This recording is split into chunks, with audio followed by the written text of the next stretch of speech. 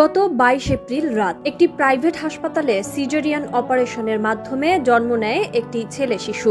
নতুন অতিথিকে ঘিরে যেখানে আনন্দ আর স্বপ্নে ভরে ওঠার কথা ছিল পুরো পরিবার, সেখানে নেমে আসে নিস্তব্ধতা। কারণ শিশুটি জন্ম নিয়েছে শারীরিক প্রতিবন্ধকতা নিয়ে, তার 2 পা নেই, একটি হাতও নেই। এই কঠিন বাস্তবতার সামনে আসার পর যিনি প্রথমে শক্ত হয়ে দাঁড়ানোর কথা, সেই বাবাই মুখ ফিরিয়ে নিলেন।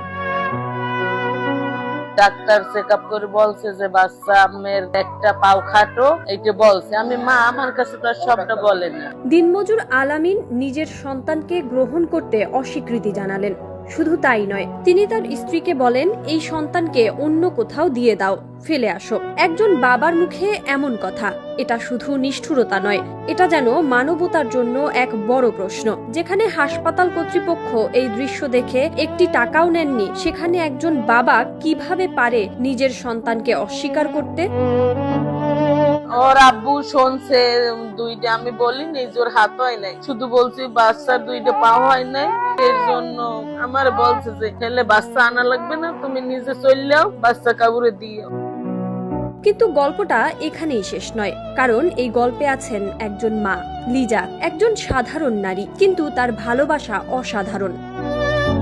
শোনেন, আমি মা, হে যদি আমার শরীরে চললেও যায়, আমি তো সন্তান ছাড়তে পারবো না।